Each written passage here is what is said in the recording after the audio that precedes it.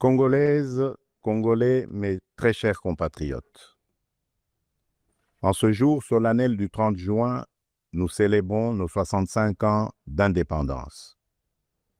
65 ans d'un cheminement audacieux amorcé le 30 juin 1960, lorsque notre peuple, uni par une aspiration irrépressible, a revendiqué son droit inaliénable à la liberté et à l'autodétermination.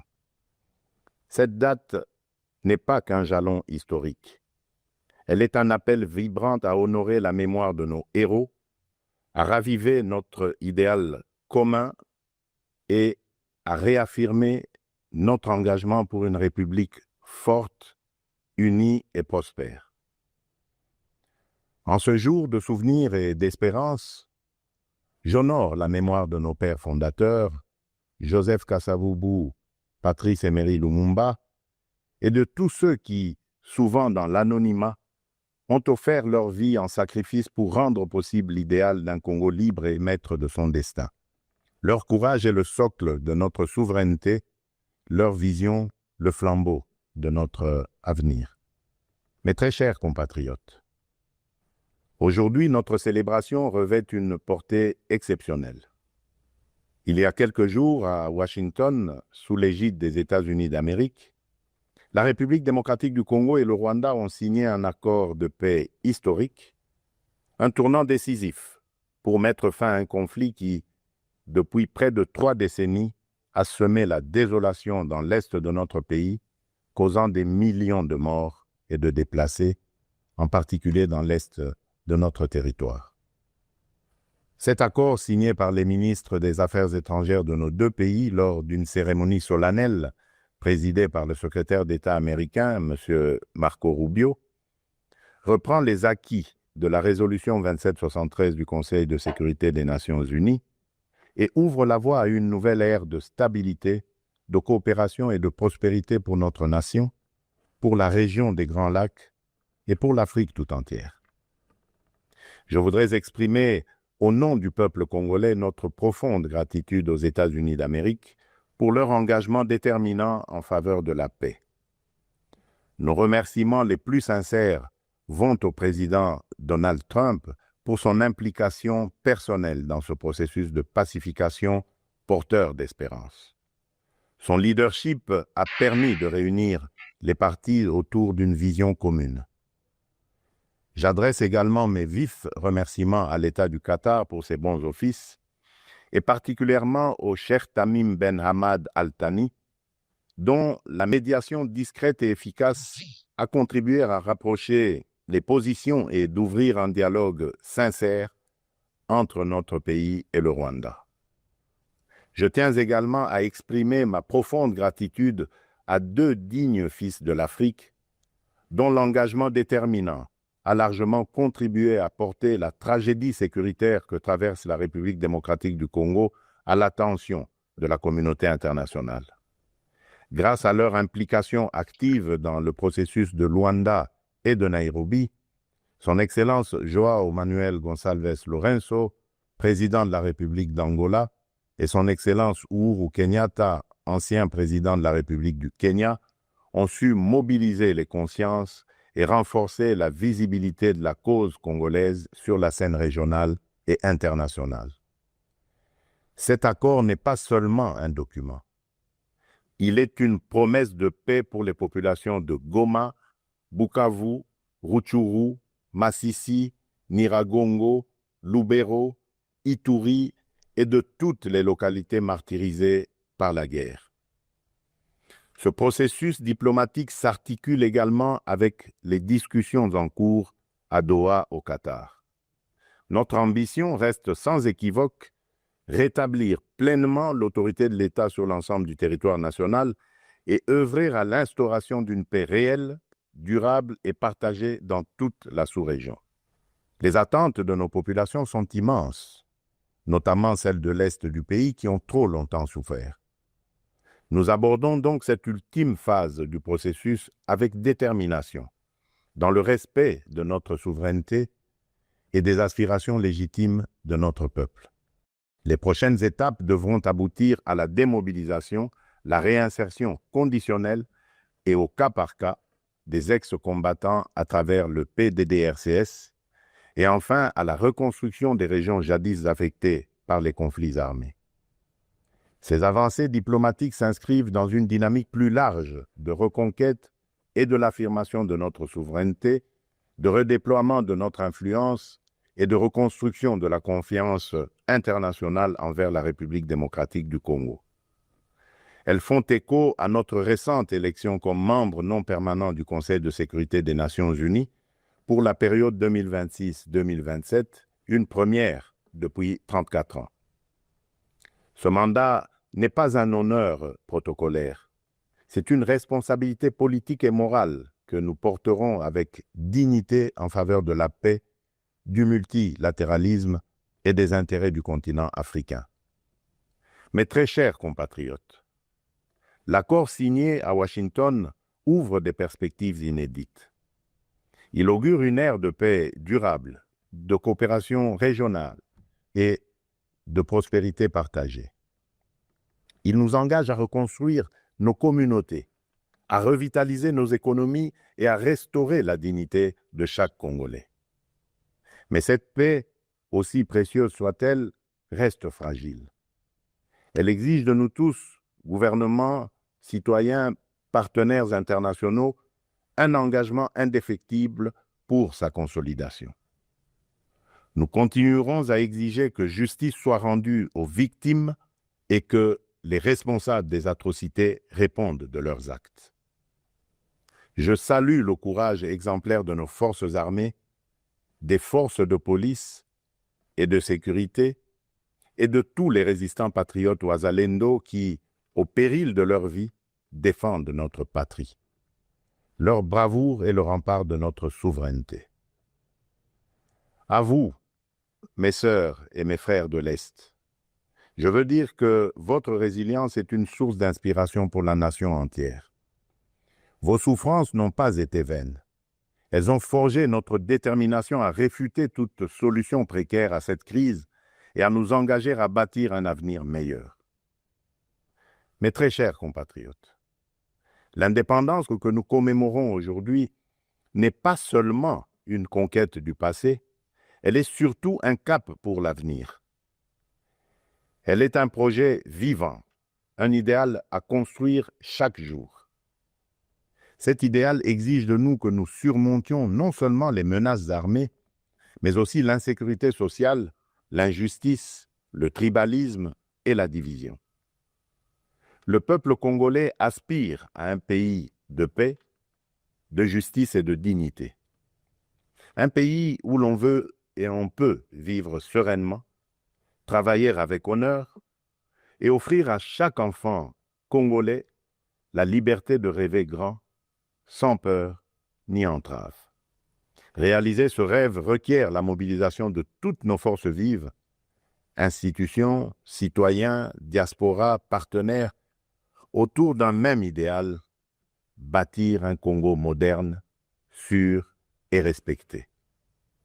Il est temps de transcender nos clivages, de rejeter les discours de haine et les manipulations, et de faire de notre diversité une force, non une fracture.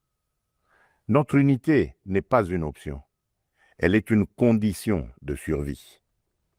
C'est dans cet esprit de responsabilité et de dépassement de soi que j'ai tenu, il y a quelques semaines, une rencontre franche et républicaine avec M. Martin Fayoulou, l'un des leaders de l'opposition. Ce geste, que beaucoup n'auraient osé imaginer depuis les élections de 2018, témoigne d'une volonté partagée de placer l'intérêt supérieur de la nation au-dessus des querelles partisanes. Cette rencontre marque une étape importante vers une politique de réconciliation, d'écoute mutuelle et de respect réciproque. Elle donne surtout corps à l'exigence du peuple congolais, celle d'une classe dirigeante capable de s'unir aux moments les plus critiques, d'agir avec maturité et de servir ensemble la grandeur de la République. Mes très chers compatriotes, les défis qui se dressent devant nous ne se limitent pas à la sécurité. À Kinshasa, la congestion urbaine et les embouteillages affectent la qualité de vie. Le manque de discipline, l'urbanisation désordonnée et l'insuffisance des transports en commun rendent la vie difficile à des millions de nos compatriotes. À Kalemi, Kassangulu et même ici, dans la capitale Kinshasa, les inondations récentes ont causé d'importantes pertes en vies humaines et dégâts matériels, détruisant des habitations, emportant des infrastructures routières et provoquant des déplacements massifs de population. Ces événements climatiques extrêmes nous rappellent l'urgence d'agir à la fois sur le front de l'aménagement du territoire et de la résilience environnementale. À Mbandaka, le naufrage d'une embarcation a coûté la vie à plusieurs dizaines de nos compatriotes, endeuillant la nation tout entière. À Tshikapa, Kolwezi, Likasi, Kananga ou Kikwit, l'accès à l'eau potable, à l'électricité, aux soins de santé et à l'éducation reste une priorité pressante. Face à ces défis, l'État n'est pas resté indifférent. Il agit. Des missions de secours ont été déployées, des fonds d'urgence mobilisés, des projets structurants lancés pour renforcer les infrastructures et améliorer les conditions de vie. Mais ces efforts, aussi importants soient-ils, ne suffiront pas sans un véritable sursaut de solidarité nationale. Ils doivent être soutenus par une administration plus efficace, une meilleure coordination institutionnelle et la responsabilisation de tous les niveaux de pouvoir. J'en appelle également à un changement profond de comportement. Nous devons adopter une discipline collective, un civisme exemplaire et un respect des règles de vie en communauté. Aussi, je vous appelle à un sursaut patriotique, à une responsabilité individuelle qui fera de notre pays un modèle de stabilité et de progrès. Mes très chers compatriotes, fidèle à l'élan de notre indépendance, j'ai pris devant vous, avec une détermination sans faille, le serment de bâtir un Congo à la hauteur de nos aspirations. Avec constance et détermination, j'ai placé la transformation de notre nation au cœur de mon mandat, mu par l'ambition profonde de faire de la République démocratique du Congo une terre de justice, de prospérité partagée et de dignité retrouvée. Cette vision que je porte avec vous et pour vous irrigue chacune de nos décisions et sous-tend les réformes audacieuses que nous menons dans un esprit de renouveau et de souveraineté assumée. Aux côtés du gouvernement, j'ai engagé une série de réformes économiques, judiciaires et institutionnelles visant à asseoir un véritable état de droit, à éradiquer la corruption et à créer un climat des affaires propice à l'investissement et à l'initiative. Les premiers résultats sont tangibles. La croissance économique connaît un rebond durable. L'image de notre pays s'améliore sur la scène internationale et la confiance des investisseurs renaît. Ce regain de confiance se traduira prochainement par la signature d'un accord stratégique inédit avec les États-Unis d'Amérique dans le secteur minier. Cet accord marquera une étape décisive dans le positionnement de la République démocratique du Congo comme un acteur central de la transition énergétique mondiale et de l'économie verte émergente. Il visera à valoriser de manière souveraine nos minerais stratégiques, en particulier le cuivre, le cobalt et le lithium, tout en assurant une répartition plus équitable des retombées économiques au bénéfice des populations congolaises. Il ouvre la voie à la transformation locale, à la création des milliers d'emplois et à un nouveau modèle économique fondé sur la souveraineté et la valeur ajoutée nationale.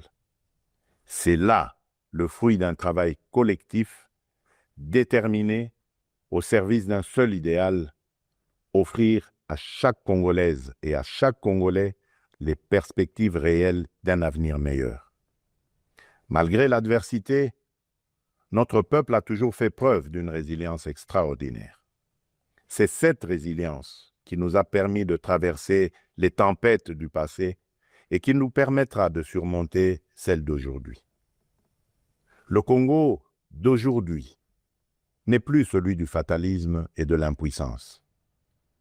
À l'aube du retour tant attendu de la paix sur l'ensemble de notre territoire, s'ouvre un nouveau chapitre de notre histoire, porté par le courage inébranlable, la résilience admirable et la solidarité agissante de toutes les filles et de tous les fils de la nation. À nos partenaires des États-Unis, de la Chine, de l'Europe, des pays du Golfe, du continent africain et du monde entier, je le dis solennellement, la République démocratique du Congo est de retour, prête à nouer des partenariats stratégiques, fiables, transparents et surtout gagnant-gagnant. Nous avons les moyens de notre ambition, des ressources exceptionnelles, une position géostratégique centrale, un peuple talentueux et surtout un leadership résolument tourné vers l'avenir. Nous sommes prêts à jouer notre rôle, notre partition face aux grands défis de notre temps. La paix, la transition énergétique, le développement durable et l'intégration africaine. Je tiens toutefois à réaffirmer avec clarté les lignes rouges de mon action. Les ressources de la République démocratique du Congo ne seront jamais bradées ni livrées à des intérêts obscurs. Elles bénéficieront avant tout au peuple congolais. Aucun compromis ne sera toléré en matière de souveraineté économique. La République démocratique du Congo ne vendra ni son avenir, ni sa dignité. Mes très chers compatriotes, le monde change et la République démocratique du Congo a son mot à dire. Notre jeunesse déborde de talent, notre sol regorge de richesses, notre peuple rayonne de dignité. Ensemble, poursuivons notre projet commun, celui de bâtir un État fort, une économie diversifiée, une société juste et équitable. Ce 30 juin, faisons de notre indépendance un idéal vivant, incarné dans chaque famille, chaque quartier, chaque ville, chaque province. Nous ne visons pas seulement la fin de la guerre, nous voulons une paix véritable, qui sera le socle d'un vaste chantier de reconstruction d'une société plus inclusive, plus solidaire et plus prospère. Le gouvernement s'y attellera avec rigueur et transparence. Mais ce chantier ne réussira que si chaque Congolaise et chaque Congolais y prend part. Alors unissons nos cœurs et marchons ensemble, main dans la main, vers un Congo fort, uni et prospère. Bonne fête de l'indépendance à toutes et à tous. Que Dieu bénisse la République démocratique du Congo, son peuple et tous ceux qui l'ont choisi comme pays de résidence. Je vous remercie.